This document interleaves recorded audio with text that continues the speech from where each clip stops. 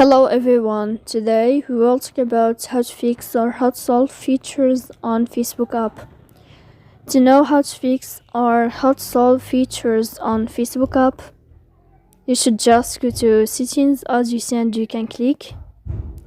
After that you can click on apps, default apps, app settings. Here in this list you will enter to Facebook and you can click.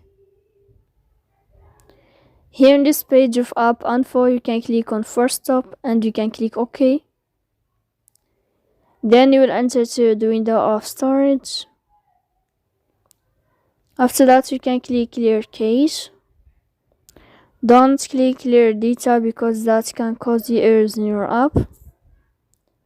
In the end you can turn off your Wi-Fi and you can wait a moment to turn on your Wi-Fi again. So please don't forget to support us by like and subscribe. See you next time.